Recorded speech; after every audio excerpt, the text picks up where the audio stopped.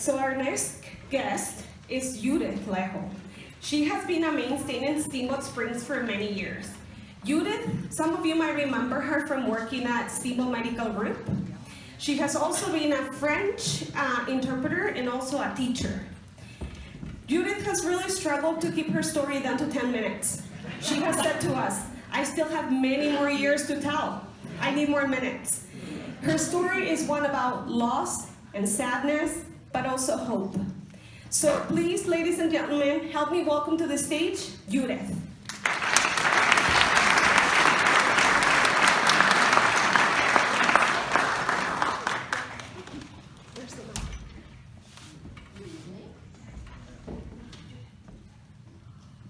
Hungarian accent. I was born in Budapest, Hungary. I think most people know where that is.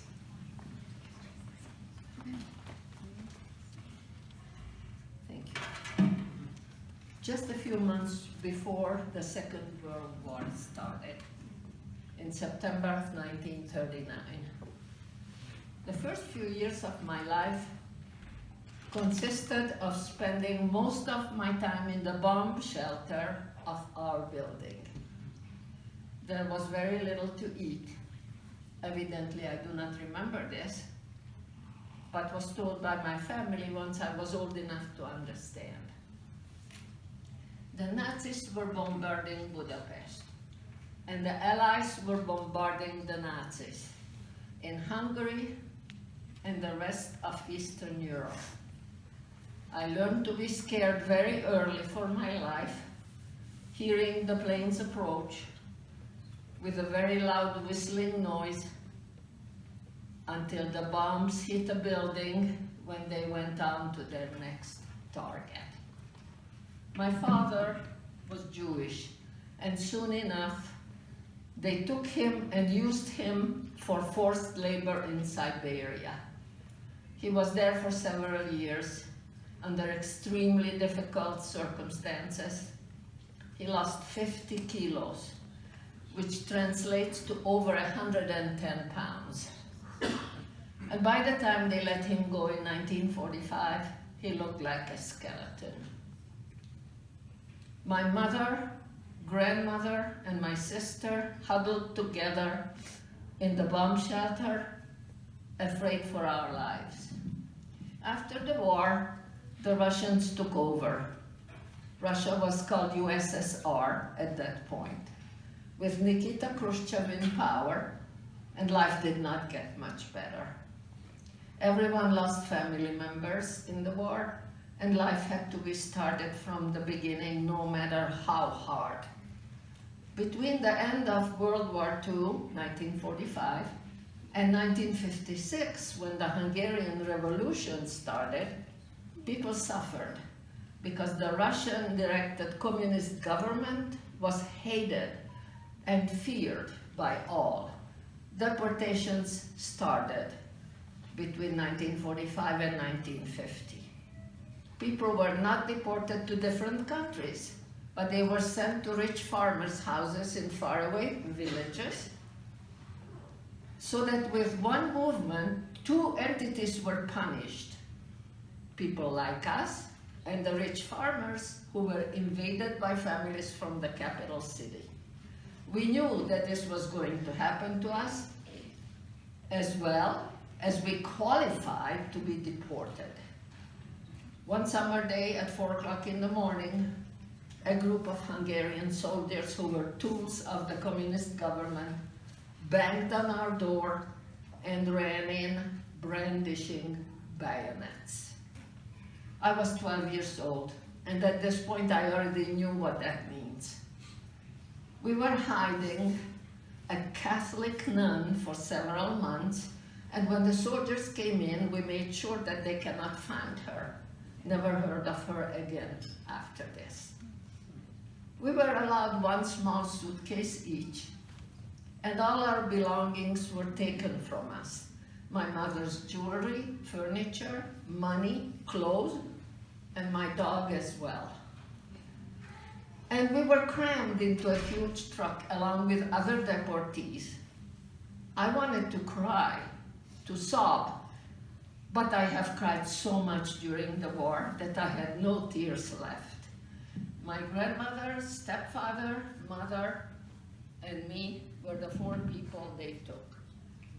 My sister, who, by the way, also lives in Steamboat, was one of the swimming champions of Hungary, and because she contributed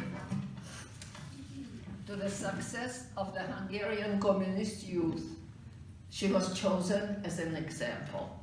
She was 14 years old and moved in with our aunt until she was old enough to live on her own.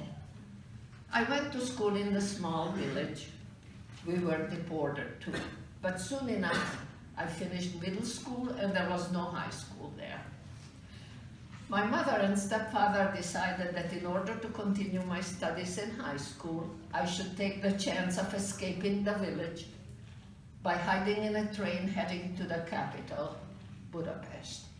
With my heart beating with fear, I hid in the train and pretended to be asleep so nobody would try to talk to me. Arrangements were made for me to go to high school in Budapest. I always liked studying, and my parents rented a room with a family.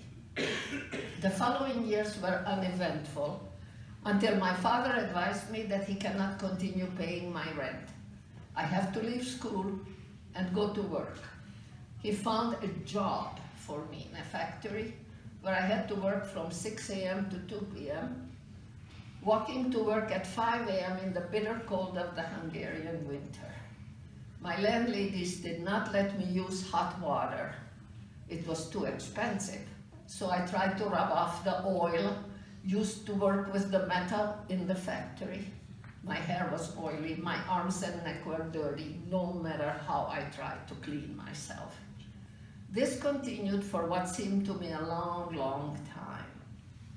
Eventually, I started hearing about the revolution against the communist government and a huge number of people who left the country in spite of the danger this represented. A few friends and I decided to join the crowds. Over 250,000 people left. Students, soldiers, workers, youth, etc. I was, of course, scared to death. A contributing factor to my leaving was the fact that my mother died in July. We found out that she died of metastatic cancer. Until today, I believe that she died of a broken heart. By the end of October, the revolution was muted by Russia, and the only way to leave Hungary was through Yugoslavia, which is now Croatia and Serbia. We were, however, lucky enough to make it to the free world, through Austria anyway. We walked for over a week to escape the miserable life we were forced to live until then. We were cold and exhausted, but we needed to make it. I, for one, did not see a future in a communist country after all that happened to us, so I was decided to make it, capital letters. We slept during the day. Farmers took us in and fed us and let us sleep through the day. At night we walked until one day we reached the proximity of the Hungarian-Austrian border. It was on top of a hill were several light towers. I'm not sure how to say this in English, just towers that were at the border, and it was turning all the time, so not all the areas were lit up. Lighthouse? Spotlight? Yes. What is it? Spotlight? Spotlight? Yeah. No, it's Lighthouse? more than spotlight. Lighthouse? Wait, Lighthouse. yes, lighthouse, yes. And